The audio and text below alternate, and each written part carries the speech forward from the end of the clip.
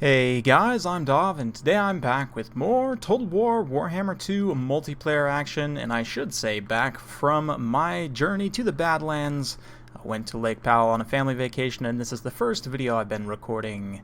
I should say I am recording since I've been back. You guys will have had a steady stream of content in the meanwhile, but yeah, we're getting back into the swing of things. We've got the Empire here going up against Norsca, of course, with Karl Franz leading the way. Heavy line of Pistoliers here. We've got a nice V of state troops with a warrior priest supporting. He's got Banner of Eternal Flame, of course, very good in this particular matchup to get flaming attacks. Got Empire Knights over on this side, more Empire Knights over on this side, so a pretty wide army, all things considered. Lore of Life, of course, to heal up Karl. This Frostworm is about to learn just how good Karl is in melee. Likewise, the Pistoliers can provide good Overwatch fire, being that the Frostworm only has 70 armor, so they will do quite well. Also screening out these two Marauder Horsemen here. Got a whole mess of infantry. Wulfric leading the way on a Mammoth, a Balefiend Lore of Fire. Moss of Savagery over on the far side, and a couple of Berserkers as well. You can see, oh man, that's risky. Throwing in that Fireball, that could potentially do a lot of damage to the Frostworm. Not that it's going to matter too much. Franz, with all of his buffs active, is easily going to take down this Frostworm, especially with the Pistoliers winning the fight against the Marauder Horsemen there, and providing some nice Overwatch fire, currently ripping into those Marauders there. So looking pretty good so far. Granted, there's still the Mammoth in the room, so we're going to bring Franz over to the front line, pop a regrowth to refresh his vigor and HP, and just kind of get the general engagement underway. Pistolier's going to just sort of screen out on the side here, and you can see charge orders issued on the Empire Knights here. Going to be charging into the front line. A little bit of a mistake by me, almost cost me my Jade Wizard. That's definitely not great, taking all that damage from the Mammoth. But you can see here, this is going to be an excellent situation for Empire Knights, charging into these nice light infantry here all across the field, and especially with the support of state troops, they will do quite well. The Frostworm comes to try and shoot a breath at the Pistoliers, but they just unload pistols, and that is it for the Frostworm. So yeah, pretty good so far, but like I said, still the Mammoth. He's taking some damage from Franz, but definitely a meat bag, especially with Wulfric having his debuffs. Once Franz's buffs wear off, you can see he's down to 0 melee defense right now because of that Hunter of Champions. So potentially a really risky situation, but Wulfric's actually not doing any attack animation. Looks like trying to force path through, perhaps. But yeah, the Famir get through there, the Miststalkers here going after the Jade Wizard as well.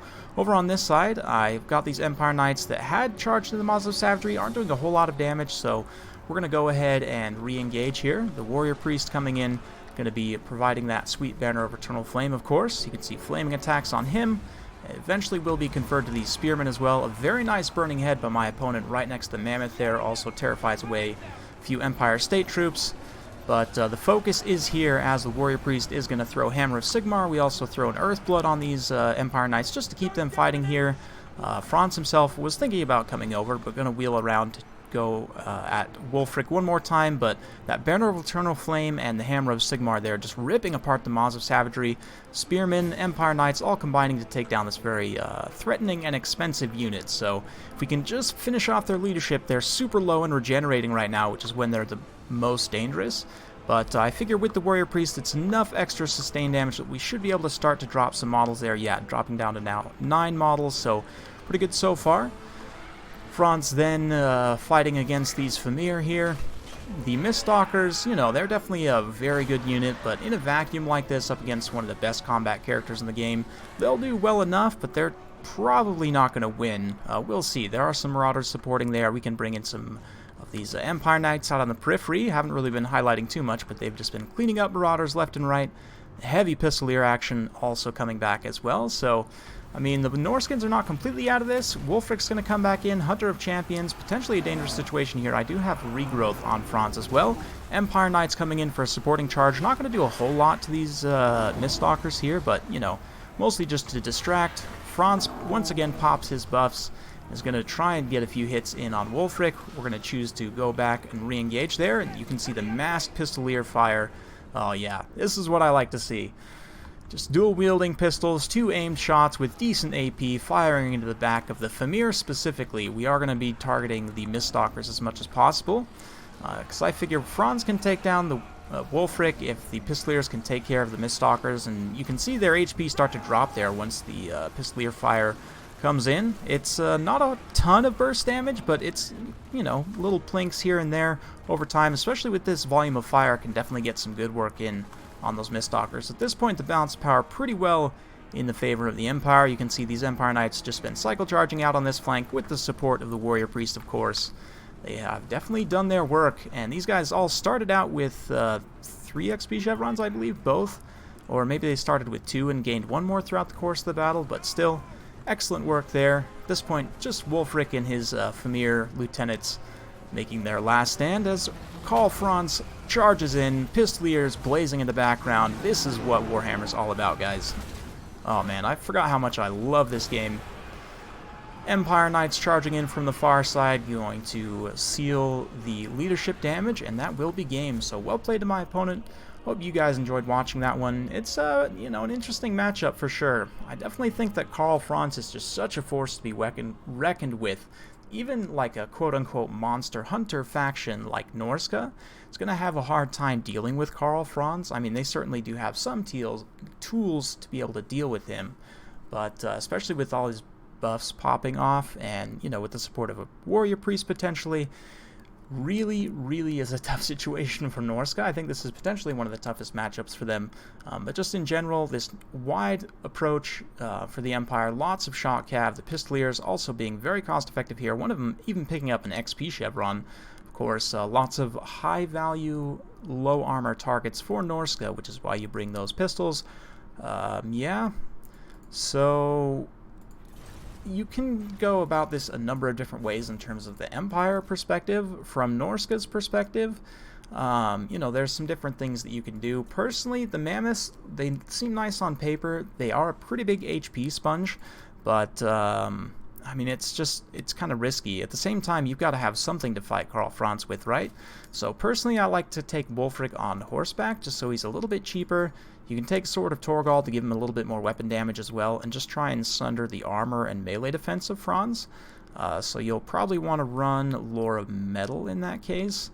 Lore of Fire also can be decent, as can Shadows. I guess if you get Shadows, the Famir also in melee can sunder armor, but that's not super reliable.